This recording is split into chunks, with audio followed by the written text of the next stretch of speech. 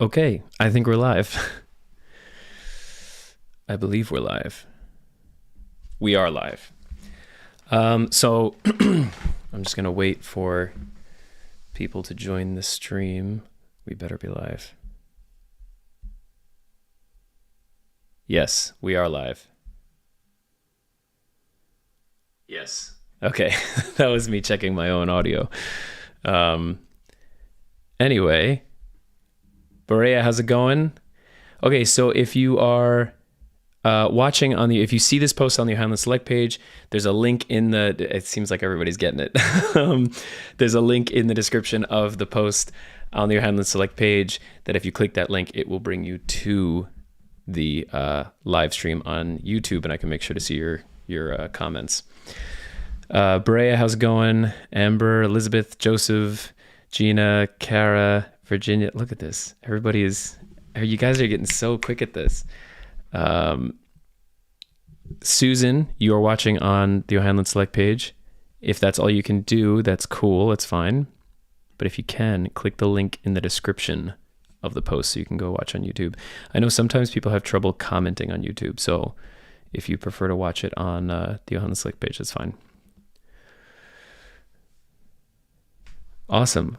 Everyone is saying thank you, Joseph. The mic sounds good. The video is good. Yeah, that was the delay. I did see the comments. Yes, the delay was technical difficulties. I find that I have to restart the broadcasting software whenever I want to do a stream. And I do a test stream. So maybe the test stream is pointless. I'm going to have to restart the system anyway. But I'm getting there. I'm learning. How's it going, everyone? Kara, you were hanging out with a 9-month-old puppy. I'm jealous. How's it going, Bernadette? So, real quick, little kind of caveat to this whole thing. This will be posted publicly after the fact. So I'm just going to say quickly now, I used to do that with a lot of my OHanlon Select live streams. I'm not going to do it as regularly as I used to do it, but I am going to do it with some things. So this one will be public, but probably another town hall probably won't be public for a while. So those of you who are watching this after the fact, hi. If you're not watching this, because sometimes people get confused, if you're not watching this on April 24th at like 2:15 Eastern, you're not watching it live. Sometimes people will comment like a week later and be like, hey, Emmett. And then I don't want them thinking I'm a jerk because I'm not answering them because I'm answering other people. So I say that just to make sure that everyone watching after the fact who isn't an OHanlon Select, you know what you're watching. Also, check in the descriptions if you want to check out what being an OHanlon Select is like. It's a crazy fun family, and this is one of the things we do. So, I don't think so, Joseph. No. It's more just for the viewing part. But sorry, I'm just catching up on comments here. Technical difficulties are just part of the Select experience. Yeah, Laura, you're quite accurate. For those of you who are watching after the fact, technical difficulties are definitely part of the OHanlon Select experience. As Emmett tries to do live streams and post videos with very bad Wi-Fi in Germany. Selectland is an awesome place to hang out. Thank you, Bernadette. I agree. So again, for those of you who are watching after the 24th at 2:15 Eastern, check the description and come check out what the OHanlon Selects are like. Technical issues is part of the charm. Yeah. That's fair. So anyway, welcome to the live town hall for April 2021. For the selects who are watching, I might be saying some stuff that like you guys already know, but I'm saying it for the people who might watch this after the fact. So the town hall are, for those of you who don't know, or those of you who aren't selects who are watching after the fact, the town hall is where selects get to submit questions beforehand, and then I pick a few, and usually they're kind of really drawn out answers, or just I go more in depth than just the standard Q&A. And I try my best to stay on topic and not get too distracted by comments. I'm not very good at it. Hey, Mackenzie. Mackenzie just joined us. What's up? So I have to say, you guys delivered on the questions for this town hall. So if I don't answer your question during this specific town hall, it's not because you didn't ask a good question. It's just I can't. The whole point of a town hall is that I only pick like 3 questions or 4 questions or whatever, and go kind of really deep dive into them as much as I can, or just really talk about my thoughts on it. So more for a time constraint. If I don't answer your question, save it for the next one, because we'll be doing one again very soon, because I'm hoping to do one at the beginning of next month, because of how the month's going to be with the opening of Barbara Seville, which I will touch on at the end of the town hall. We'll do a little housekeeping, and I can explain more kind of what is coming up. Sorry, I'm just checking something from the post earlier.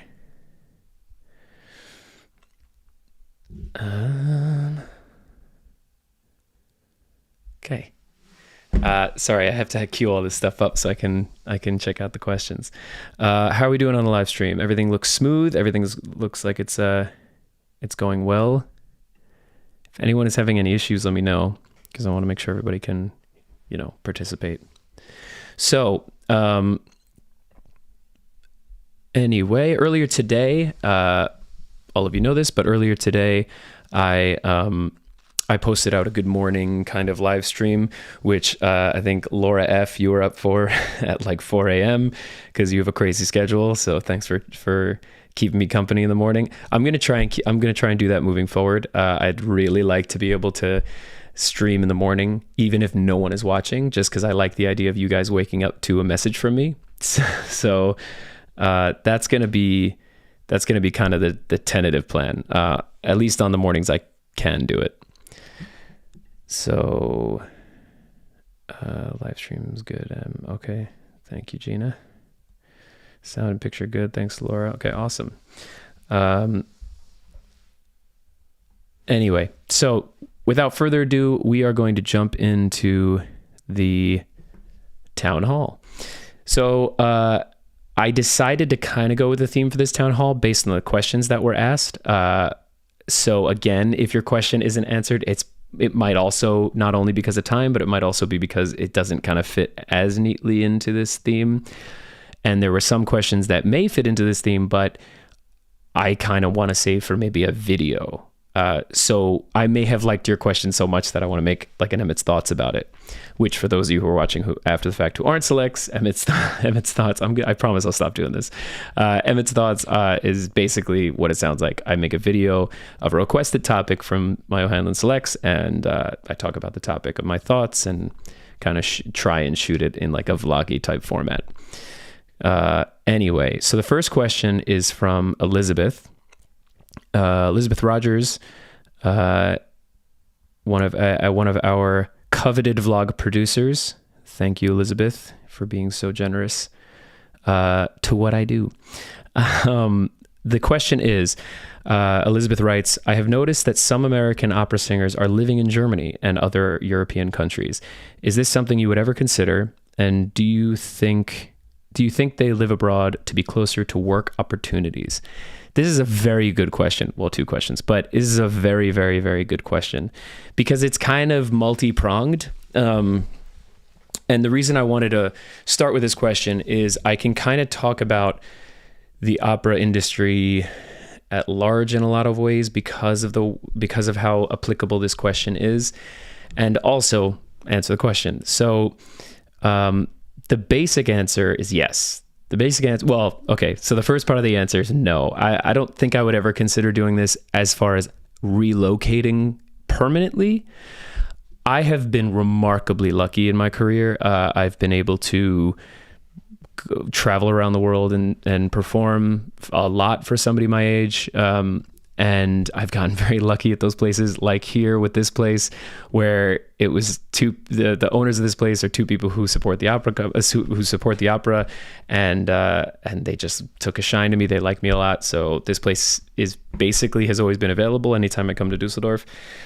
But there's kind of two parts to it. Yes, you want to be close to work, and for some people, a huge portion or all of their work is in Europe, which is totally fine. And you also want to be somewhere where you feel taken care of. And because of the way that because of the way American politics treats the arts industry, it's quite hard to carry on a substantial career living in America. It's great if you can, and if you get enough work, and if you get enough work in American houses, and you get enough work at big American houses, because that's where all the money is. Well, that's where a lot of the money is. But it is easier to kind of, especially a young career, somebody my age actually. Like, for example, a lot of you know that a few years ago I was a young artist in Chicago with the Ryan Opera Center at the Lyric Opera of Chicago. So a young artist in America over here is referred to as an ensemble member. It's a little different. Here they have most houses, they have what's called studio, which is kind of just under young artist, still like it's for younger singers. Then they have ensemble, which is basically just like a W-2 position in an opera house. You're a salaried position. It's like often the old drama theaters, they don't really do it anymore, but like when they had repertory companies, they would refer to it as like a house player, where it's like you're just there and you play whatever role fits who you are, and in this case, what your voice is. But in Chicago, I was a young artist, which is not quite ensemble because you don't necessarily do leads, or you might do a lead, but you mostly cover the leads. But it's more than you would do more on stage than what like a studio artist would do here in Germany. So those ensemble positions here in Germany are quite coveted because it's steady work. And it's steady pay because you're on salary. You will get paid no matter what happens. So, like, for example, the current situation we're in now, as far as public health is concerned, and no, I will not say it because I don't want this video to get demonetized by YouTube or taken down, because that seems to be what's happening. But because of what we're all going through right now, having a salaried position is pretty appealing, especially as an artist. So because of that, and because of the lack of that in America, we don't really have ensemble programs or we don't really have ensembles. We have young artist positions. We do have studio positions, kind of, in very few houses. But I wouldn't say that many of them are at a wage that would really support, a family. And a lot of my friends who are ensemble members here have families, and they fully support them on the wage they make here. So there is a benefit to moving to a country where there's an opera house in every town. Quite literally, there's basically an opera house in every town, as opposed to America, where there's really only an opera house in major cities, and even then, sometimes there isn't. And again, you can become an ensemble member in a place like this, or most European houses. Some countries do it differently, but for the most part, you can get a position that you can just work and you will always get paid. And often they'll let you go do other gigs and still pay you. So, part of the answer is yes, people do move to Europe because there's an abundance of work compared to America. Also, some people just fit better in a European, I don't want to say network, but kind of like the European way of working. It is different. They do things differently here. In almost every way, there are little differences, from the way things are rehearsed to the way a whole production run will go. Some people fit into the mold here better than they do in America. But, some people want to take the chance a little bit more and don't want to necessarily live full time in Europe. And that's me. I don't want to necessarily live in Europe full time. Again, I've been very lucky that I've been able to travel around and work in many different countries, and, I've had quite a bit of luck for my age. So as of now, the plan is that my permanent living address, which for me doesn't really mean much because I'm traveling so much, but I am a New Yorker. I live in New York. That's where home is. The shape that home takes might change from time to time just because of the nature of my life. But like New York will always be home for me. So the answer to your question is no. I wouldn't necessarily consider relocating permanently.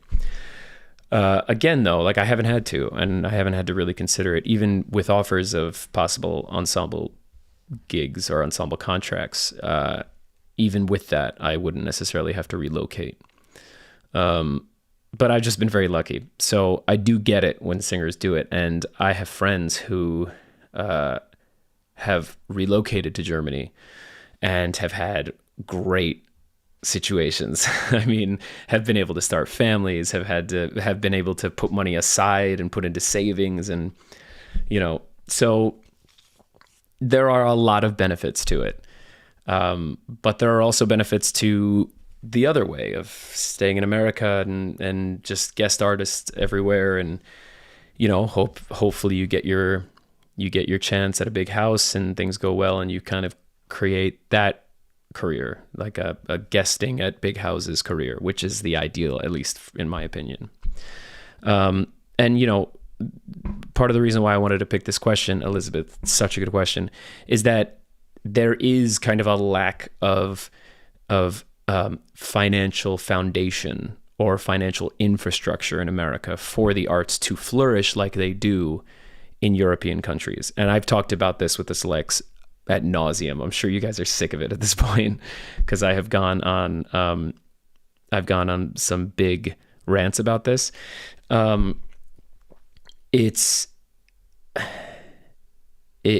unfortunate because part of the reason why countries like Germany can have so many opera companies and so many theater companies and so many museums and just a density of culture everywhere, again, even in smaller towns, is because of the funding. I mean, the federal funding for the arts is pretty fantastic in Germany and many other European countries. And I think sorry,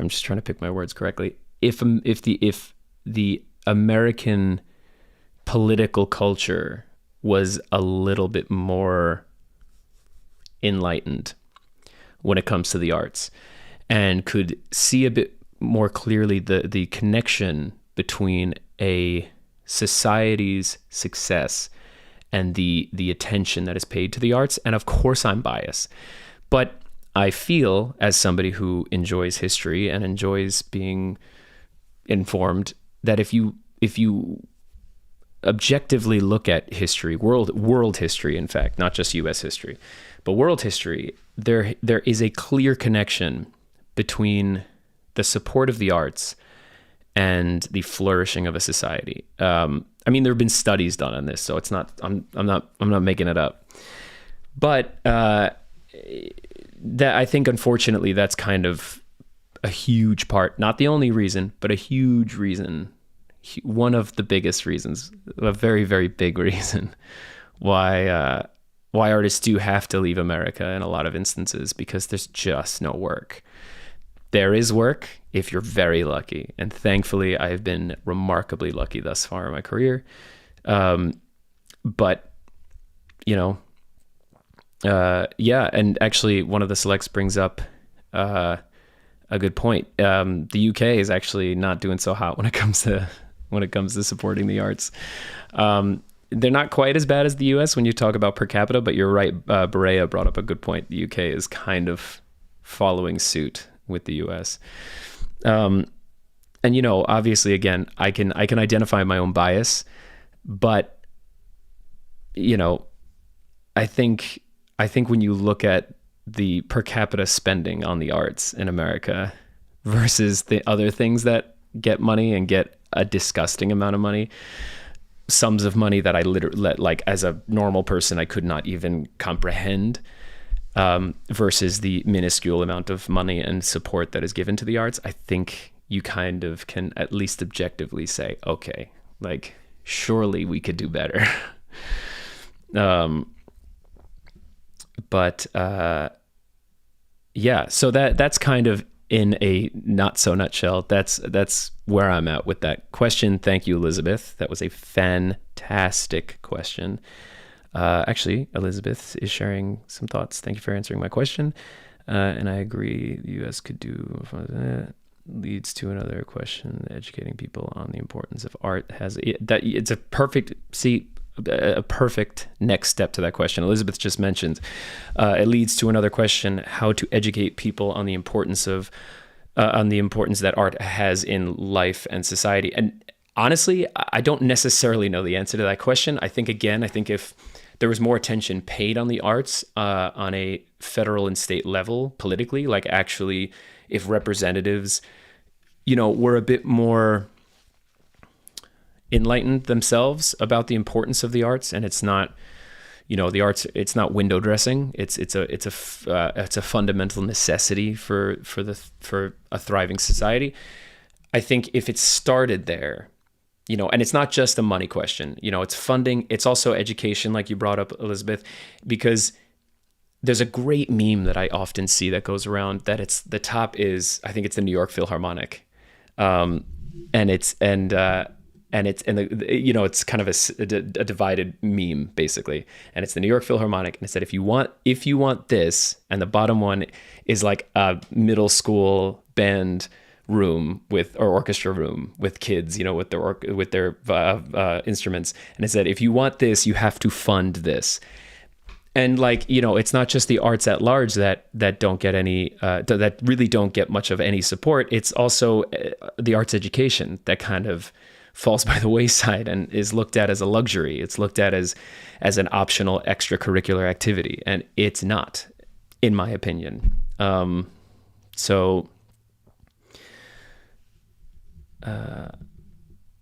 Yeah, I like all the comments here. You guys are fantastic.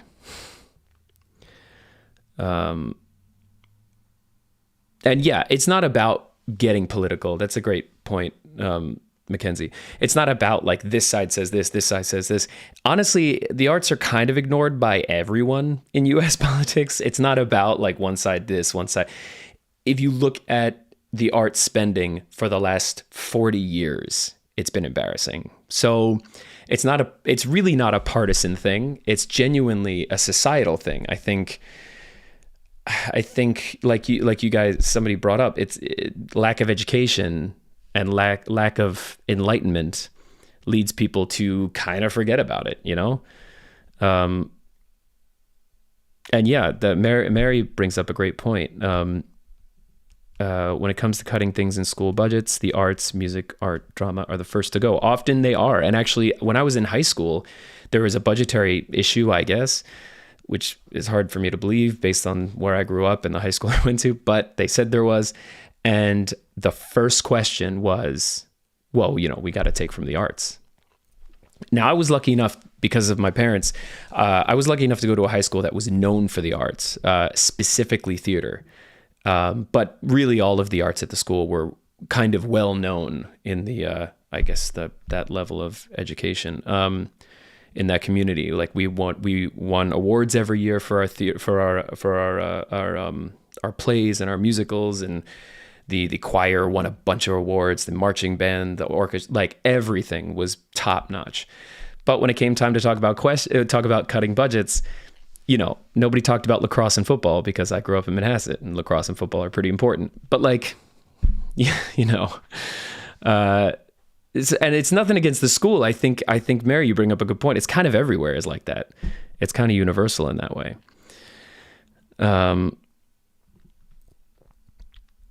But anyway, there are a lot of good questions coming here, but we're going to soldier on with the we're going to soldier on with the Town Hall. So Elizabeth, thank you for the question. That was fantastic. See, this is part of the reason why I love doing town halls is I get to deep dive into my thoughts on something, and then the comments that come from it are so incredible. The selects are quite good at having true deep discussions without, acting like the floating heads on TV that just are paid to scream at each other and offer no actual, comprehensive thought on anything. They just get paid to say, well, I think he's wrong and here's why. So, okay, I'm going to move on to the next question here, but keep sharing your thoughts, guys. The selects, you guys that are watching, keep sharing your thoughts because I love the engaging conversation that goes on.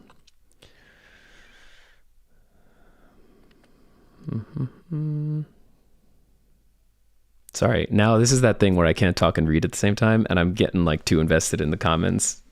This is not a Q&A, Emmett, although the comments are really good. Okay.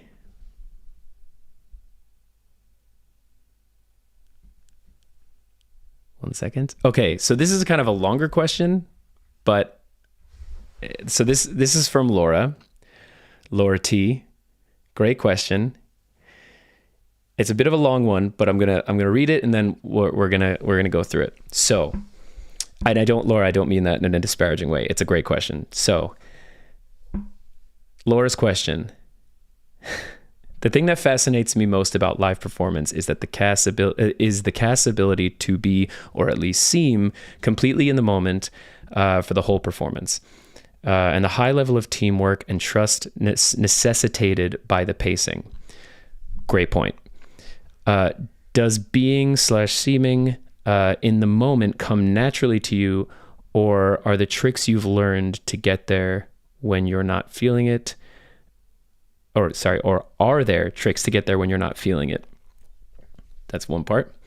I just lost the question now. Sorry. So that's the first part. Second part is, next part is, are there fail-safes in place in case someone isn't on the ball, or do you just have to go into improv mode? Great question. How does that shift in the plan affect your performance? There we go. And then she writes, sorry, that was meant to be all one question, but there are too many words. I completely agree. It's basically one really, really, really good question with many parts, and we're going to hit all of them. So you kind of touched on two different aspects. So, first part, so the high level of teamwork and trust necessitated the pacing, being in the moment through a whole performance. So based on the next part of your question, does that come naturally, or do the fail safes if you're not feeling it? So yes, there are fail safes, kind of. So being in the moment in a show, the reason why this is, there are many reasons why this is such a good question, but this is like specifically such a good question right now because we were just talking about this in rehearsal, and when you're going through the rehearsal experience, the rehearsal period, and this is part of the reason why I really don't like when a production has a super short rehearsal period, because it makes this basically impossible. Sometimes you can get it if you've worked with a few of the colleagues you're with at the time, but if it's all if they're all new people or there's too many new people to you, it's really hard to get this if you don't have like 6 weeks or like 4 weeks minimum. So you're going through the rehearsal experience. At some point, you kind of hit a groove where everyone knows the staging of whatever scene it is well enough. And everyone obviously knows their music and their words and all that stuff well enough. Everyone knows what everyone else is saying, like their translations, if they're not native speakers, to the point where you could kind of just like mix stuff up on the fly and people will respond. So it's where you get to actually act. Cause there is staging and there's like, well, I think this line really means this. So, okay, we're going to agree. That's what that line's I'm going to do it this way.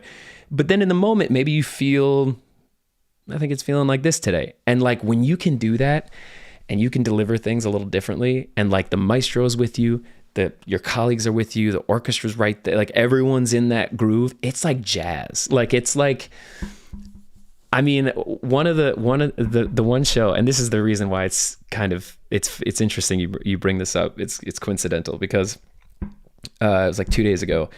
I was talking about when a lot of the selects will remember when I was with Clark in San Jose and I did Silvio in Pagliacci.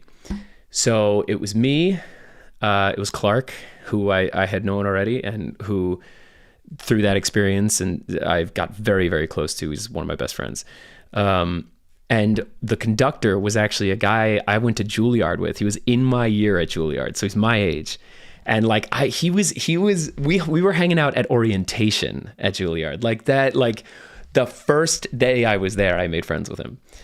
And actually, this is a side thing. So when you go to Juilliard, depending on your major, most majors, if it's musical, you have to do a piano test. And I can kind of play piano, but like Juilliard piano. And the idea is they want to see if you can test out of any piano. I did not test out of any piano.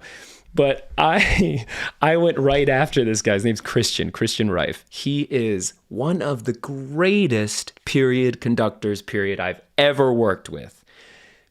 Because like he's so unbelievably sensitive to singers, and that's something you're born with as a conductor. You could kind of learn it, but like to have that kind of energy with a singer while you're conducting, you have to be blessed with that. I had my piano test right after him. This kid is like a virtuoso on the piano. Like he didn't even use music for his piano test. He played like an impossibly hard piano piece. I don't remember the name, but it was like he was a rock star. I was looking through the window and he was this piece was so difficult. His hands were crossing and he's leaning. And I was just like, there's no way I'm going to pass out of it. I was playing like the simplest, what was I playing? I think it was like a Bach piece, but it was just the easiest thing I could find that kind of sounded good. And he was doing from memory. It was so good. The head of the piano department that was in the test, giving the test, got up and hugged him at the end. Anyway, that's a side tangent. Actually, I really want to get, get him on like a live chat with me, him, and possibly Clark. For those of you who are asking, I think Brea, you asked, Clark played Tonio, which is like the other baritone role. So anyway, so you hit this groove.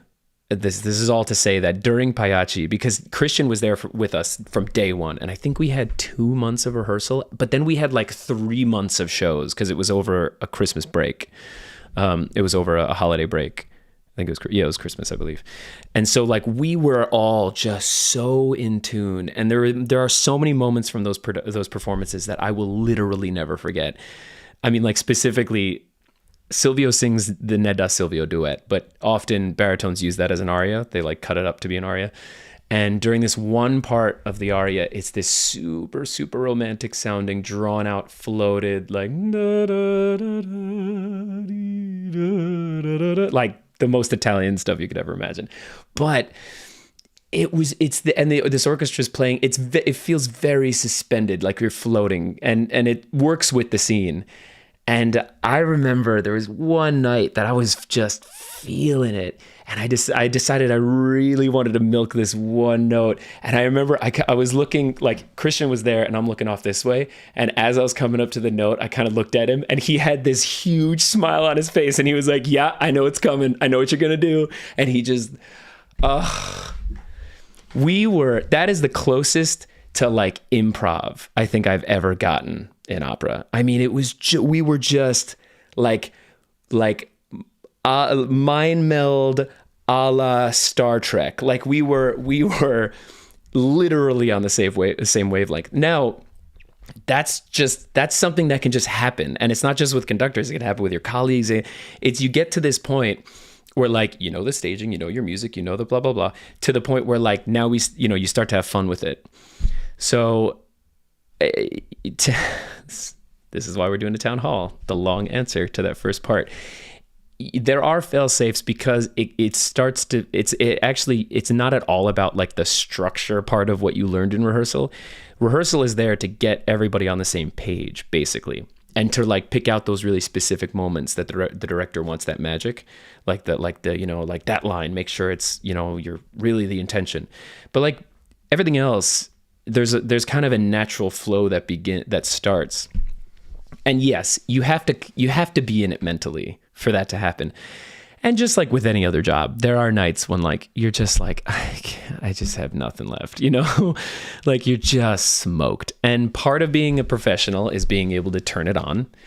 But like, you sing performances sick, you sing the performances, you've been sick for 2 weeks, you haven't slept. Like my second performance of Don Giovanni, when I was here before the first shutdown, God, in March, my second performance, which was the last performance in Dusseldorf before that shutdown, I had been sick. I'm sure a lot of the selects will remember. I was sick from the day after the first performance, and thankfully we had almost 2 weeks until like I was still getting over it. I think I had but whatever. So at that point, I wouldn't have been infectious. Don't worry about it. But needless to say, I was feeling quite out of it. I had like 105 fever for a week and a half, or 104 or whatever. So I was feeling out of it. But like part of what makes you a professional is you have to be able to at least get there enough. Like, sure, not every night's going to be magic, but like you have to get there enough where the audience doesn't know it's not magic. So the fail safes are like, the 2 decades plus that you spend educating yourself and like going to college and working with coaches and music, all that kind of stuff. I'd say that would be the fail safe. And also depending on the role, Don Giovanni, you can't phone it in for the most part. It's pretty obvious when you're phoning it in.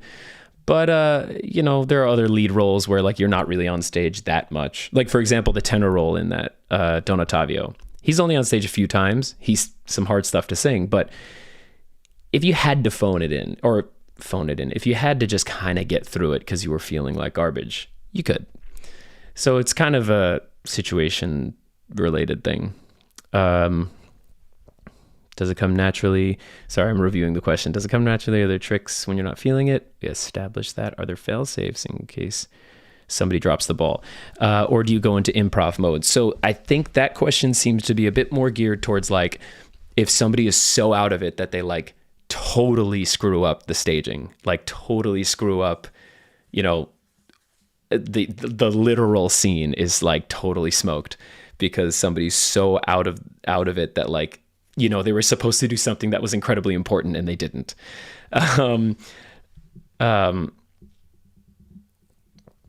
Sorry, catching up on comments. See, this is what happens.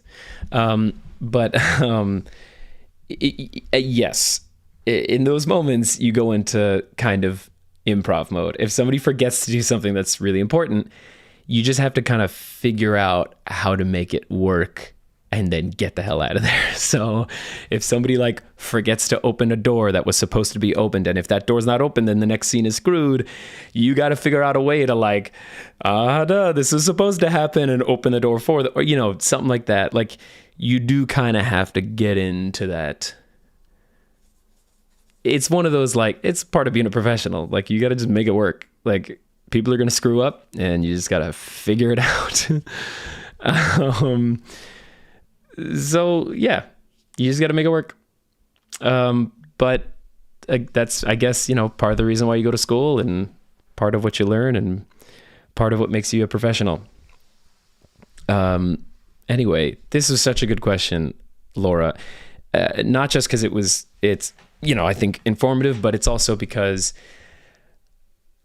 of what we were talking about 2 days ago, and it just all came flooding back, that feeling of like being so connected to the people you're working with on stage, and how like it's literally just like kind of improv. Like you can just change stuff up and everybody's like, yep, right there, got it, I knew that was coming. Like you're right there, like a new definition of being on the same page. Anyway, Laura, that's a great question, so thank you. Fantastic question. I'm going to catch up on some comments. Yes, Berea, I did test negative back then. So for those of you who are not sure, after my first performance at the end of February of Don Giovanni, I got very sick. I think it was, because of kind of how the symptoms lined up. And I did get a test. At least I was told it was a test. But apparently I have now subsequently learned, a year plus later, that the tests they were using back then were not really meant for that. There's a lot of false negatives, false positives, positive for other things. I think that was the case. So, I think I had it, but at this point, who knows? Sounds like thoughts from Laura. Sounds like a combination of great education, hard work, and a particular personality and way of working with people. I could not agree with you more on all of those points. Spot on, because you're absolutely right. It's all of those things. There's so much we didn't know a year ago. Absolutely. Like, that's the thing. I just don't think anybody knew really like how to test for it at that point. 'Cause it was so new. I mean, it was March. It was like before the shutdown. It was before the first shutdown. It was right at the beginning of everything. But yeah, Laura, great points all around. And you bring up a good point, kind of like it take a certain personality. There are lots of personalities in the performing arts. But I do feel like people who do it on a certain level, or with a certain level of success, I should say, because like notoriety and being good at it are two different things. The people that do it and are particularly incredible at it, and I don't just mean opera, I kind of mean any performing art. I feel like there is like a through line of all personalities in it.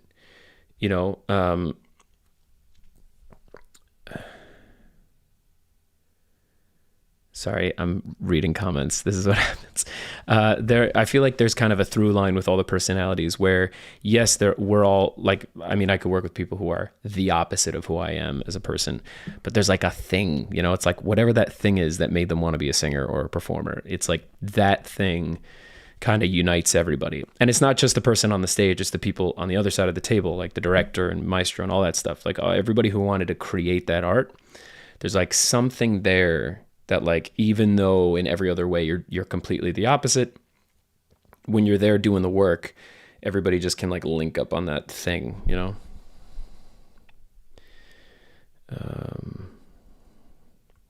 Catching up on comments.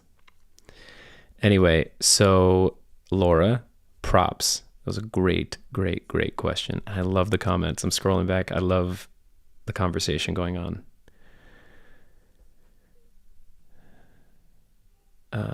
We loved Mackenzie. Mackenzie, I think you're referring to my conductor friend. We love / hate to see people who are talented like that. Geez. Yeah, it was really, really, really nerve-wracking because I saw him do that and I was like, he's not a pianist. Like, because I knew he was there. He was in the conducting program and I was like, that's what somebody who isn't going into the piano, like the piano performance division, like that's how you're supposed to be able to play. Like, I'm gonna get kicked out. Like, they're just gonna be like, oh no, that was a mistake, you're not coming here for school. But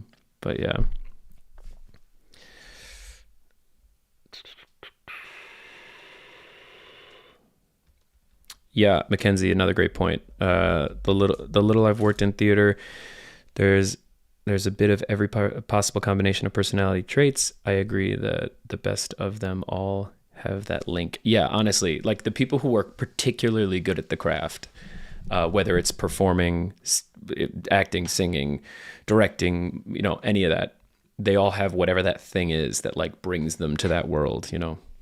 Not everybody has it, but I feel like most people have it. Most people who are kind of in that universe. Anyway, so Laura, big props. Great question. I mean, there are a lot of incredible questions here, but I'm trying to stay on this theme. And where are we at? We're at 45 minutes. So I'm going to jump on to what is possibly the last question. But again, if I don't answer your question, it's not because I didn't think it was a good question. I'm going to be shooting some Emmett's thoughts based on some of these questions. Also, I'm going to be doing another town hall literally 2 weeks from now, because it'll be the beginning of the month, or a week and a half from now, actually. Because a week from today is the 1st. So hopefully, schedule allowing, I would like to do it maybe, that first weekend or second weekend or something. So I will let you all know. But thank you to everyone who submitted the questions.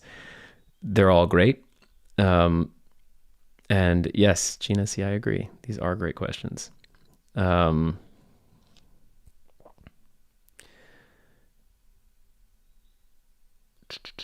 can listen to and discuss the arts 24/7. So can I. I'm sure you all know that at this point. I'm sure you are all bored with some of my rants.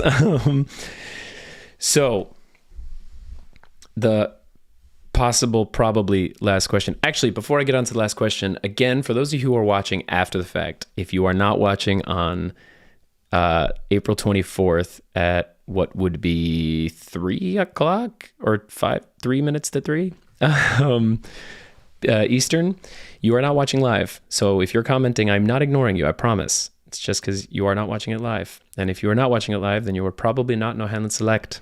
And as you can see from the conversations, being an OHanlon Select is pretty great because the people are great. That is why. So again, in the description of this video that you are watching after the fact, there's going to be a whole link and everything to the OHanlon Select page. Come check us out. Talk to the people who are here, I guess, after the fact. Come check us out at the OHanlon Select page. Don't worry, I'm going to do another shameless plug at the end for all of my selects who are watching. I love that, though, because anytime I say anything like that, everybody's like, we agree, the selects are awesome. Maybe one day you'll be able to come to our little theater and do some theater. Bernadette, I would love that. That'd be amazing. Literally typing up rehearsal reports right now for my current show. That's it. We're tortured people in the arts. So without further ado, the last question, not last but not least, also there's a ton that I didn't answer that are amazing, which I absolutely intend to use for other things / our next town hall. Thank you all for submitting the questions. They were all amazing and thoughtful and funny and cool. But sticking with this theme of kind of the inner workings of what I do and who I am as an opera singer, Joseph Kim had a fantastic question. My question, do you think, this is Joseph writes, do you think classical vocal technique is helpful in any genre of singing? I'm thinking jazz in particular, Kiri Takanawa and Don Upshaw. Wow, great singers. Singing American standards, for example. For those of you who are selects, you can go check out the post. He goes on to talk about other singers in a subsequent comment. The short answer to that question, do you think classical vocal technique is helpful in any genre of singing? Absolutely. 1,000%. And this is a question that I could talk 4 hours on. And actually in his next comment, he brings up, and not just him, but other people, Berea commented after him and brought up other good singers. There are a number of good singers we all know, like, for example, as Joseph brings up in his comment right after that, Frank Sinatra was classically trained. Bing Crosby, classically trained. For a while, Elvis Presley was classically trained, and then he was trained classically and also was wanting to be like a gospel singer. For a long time, the pop culture, the popular singers were all classically trained. For example, a lot of the musical theater people we all love, the OGs, classically trained. And there's actually science behind it. I won't bore you with it. Also, I don't feel qualified to talk about it. I know it, but maybe I'll do a little video with my voice teacher or something, and we can have kind of a quick Q&A with him about stuff if you guys genuinely are curious. But there are there's like science-backed data that suggests that a classical technique is not just helpful, but the safest for longevity.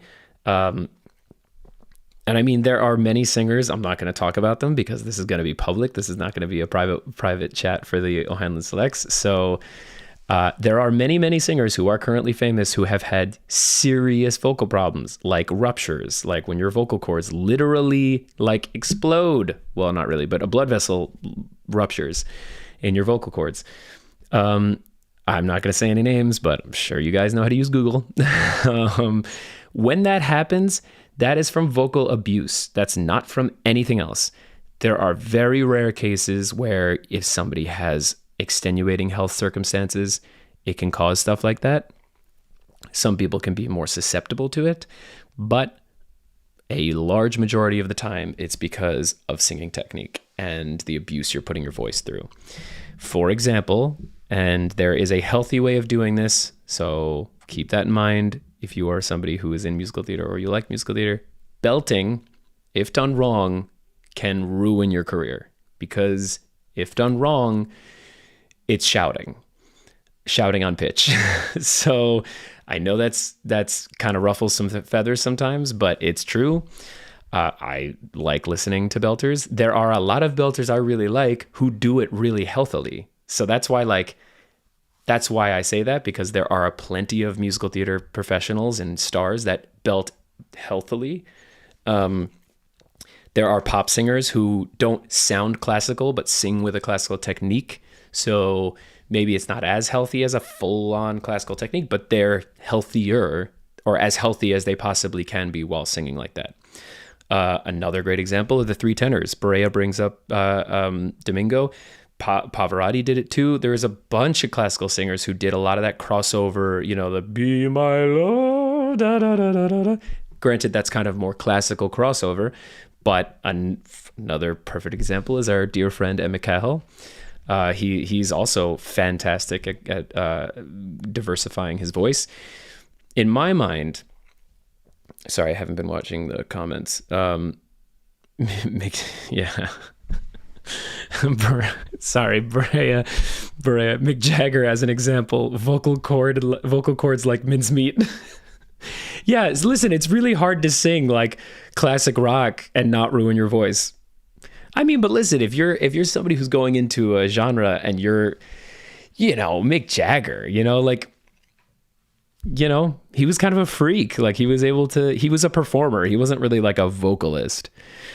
But then there's other examples. I think, it's also genetic. Like, oh yeah, somebody says witness Emmett O'Hanlon, who's been working with Emmett's coach and his voice. Yeah, like Emmett's been taking voice lessons by my voice teacher, and like I don't think any of us would say his voice has gotten worse. Like if anything, his voice has shockingly gotten better. But I talk about this a lot. We're classically trained. Yeah, just because you're classically trained, just because you're classically trained doesn't mean you have to sing classically. Like there are ways. So in my mind, and I've been asked this from other people, because like when I sang Gaston, like yeah, there are similarities to the classical baritone technique and doing that voice, Gaston's voice. But there are differences. There are super technical differences, but when I was singing as Gaston, even if it wasn't a moment where it was like roughly the size of a birch, that was full classical. But if it was like like da da da da da da da da da da da, like that was more. It wasn't like, it's not like if it was an aria how I'd sing it. So in my mind, your technique, this is just me, you could disagree. Your technique is this. Then like the stylistic choices you make, it's like a cake. Like if you have a chocolate cake, you could dress up that chocolate cake however you want. But no matter what you put on top of that chocolate cake, it's still a chocolate cake. So like, sorry, I'm trying to find like a good metaphor. So the idea is don't change the cake, just change the way you decorate it. So like if you were singing more musical theater stuff, you can still sing with the cake. It's just a stupid metaphor. I think it makes sense though. You can still sing with like the base foundation of your voice, and just change, the stylistic choices on top of it. For the most part, there are some things, if you do it, it's not gonna be healthy, but like, you do a little bit of it, I guess. Sorry. Are we still good on the connection for like one? Oh, okay. I think this connection skipped for 1 second. Anyway, but I think you guys get the point. Makes perfect sense. Sorry, I think the Wi-Fi is kind of freaking out right now. It's a good metaphor. I listened to a vocal cord specialist who said that the opera classical singer had much healthier vocal cords, whereas when she looked at Mick Jagger, his vocal cords were like hamburger. Yeah. It was literally one moment. Okay, good. But yeah, I mean, that's the thing, is there is scientific data to back this. Like there are ENT, ear, nose, and throat doctors who have looked in the back of, like, looked at with a camera at people's vocal cords, and you can just see if there's like, these are healthy cords, these are not healthy cords. Like, oh, that's a belter who doesn't do it healthily, and that's an opera. Like, it's just, Speaking of vocal health, what about? Wait, I want to make sure I got most of the question.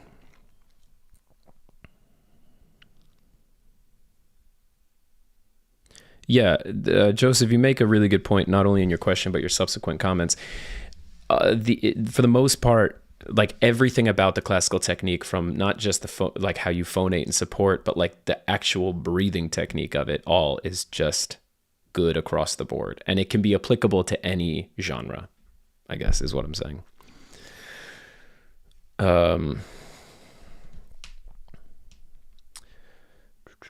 Julie Andrews, another good example. Hang on, I'm just catching up on the comments here. Joseph asks, what about the effect of technique on style? I think proper breathing support helps any genre in relaxing the jaw, can result in sounding operatic. Well, I mean, so you're asking about, so yes, the breathing technique used in like classical singing is applicable to any genre of singing. I mean, I would argue it's applicable to like stage acting too. The way that classical singers support their voices with their body and the way that they breathe, just for just sheer projection.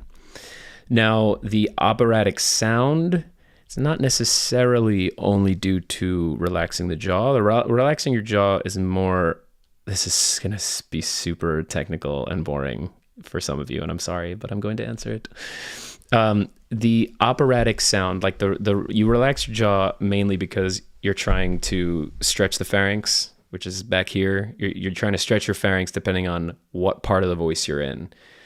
So like, yes, your jaw should never be tight, but like you're talking about that like Pavarotti face, like that kind of thing. Yeah, that's usually high notes because you're really trying to stretch the pharynx.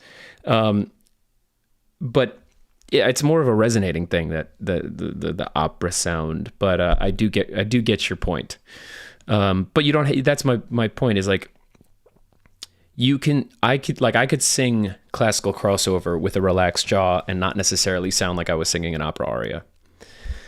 Because it depends on the part of the voice, really. In the middle voice, you don't get like an opera sound, in my opinion. And a perfect example of this is if you go listen to Robert Merrill, one of, if not the greatest, certainly top 3 greatest baritones, probably top 5 best singers that ever lived. He did an interview once where they asked him, it was like they wanted to know about his life. And when he was younger, like he was taking voice lessons, but he wanted to be the next Bing Crosby. And when you listen to Robert Merrill, you can kind of hear that. there's a great recording on YouTube of him singing "You'll Never Walk Alone" at some live concert. And like when he starts, when you walk through a storm, it's very Bing Crosby. It's very like, when you walk. But then you realize Bing Crosby was classically trained. So like, it's a little different when you're singing into a mic or when you're projecting for a 4,000 seat house. Yes, there's more of an opera sound when you're unamplified and projecting for a 4,000 seat house. But like if you got a good opera singer or a good classically trained singer, opera singer singing into a mic and a classically trained singer singing into a mic, you could affect the style to sound the same.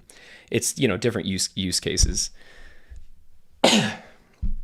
Sorry, I'm not sick. It's just my voice is super dry.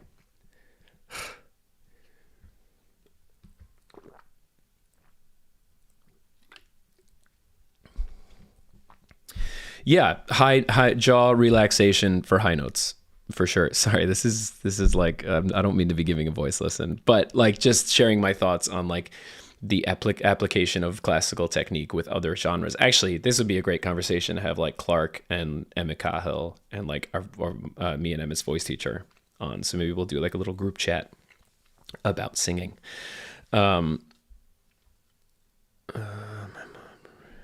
Raise the Sun, Bing. Bing Crosby is literally one of my favorite artists that ever walked the face of the earth. Do schools like Juilliard offer singing programs for other than opera singers? No. Maybe it's changed. They were talking about adding a musical theater division when I was there. They didn't do it. I don't know if they have like subsequently, but there was talks, because if you wanted to be in musical theater, you either had to go into the opera division or more likely you went into the drama division, which I think is crazy. Like it's Juilliard. You can't throw together a musical theater program.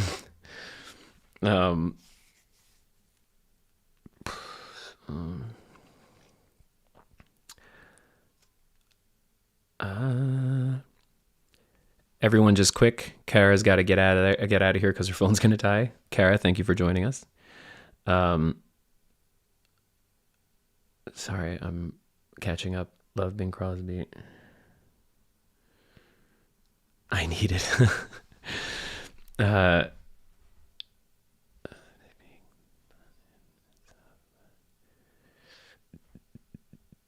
Anyway, so that brings us to the end of the town hall. Yes, we ended with a very technical talk about singing technique, but you get the point. Like, yes, the answer to that question is a resounding yes. Classical technique always helps, no matter what genre you're singing. Because there's kind of, the classical technique is based off of just tenets of health. It's just longevity and health. And also, not to be braggadocious, but opera singers do have to sing unamplified and often to a room of 4,000 people, like not a baseball stadium, but a room that's too big, like the Met or Chicago or San Francisco. Those are all, 4,000 plus seat houses. So, the idea of doing that and remaining healthy vocally, that's the technique I would want to base my technique on. Those are the tenets I would want to hold on to, whether I was singing musical theater or pop or whatever.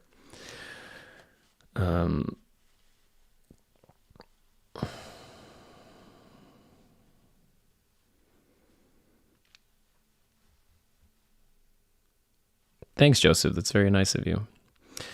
But this is, so this marks the end of the April town hall. Thank you to all the selects who submitted questions. They were magnificent. They were perfect. This was only possible because of your amazing questions. So, and I'm glad it was seemingly successful. For those of you who are watching after the fact, who are not selects, I hope you enjoyed the town hall. These will not always be available publicly, probably very rarely available publicly. This is just, I wanted to give people who aren't selects a little view into some of the stuff that we do. If you are interested in checking out the selects, again, link in the bio. for my selects, little housekeeping, there's going to be a post later tonight in like an hour, talking about other stuff that's coming out specifically tomorrow, but also next week.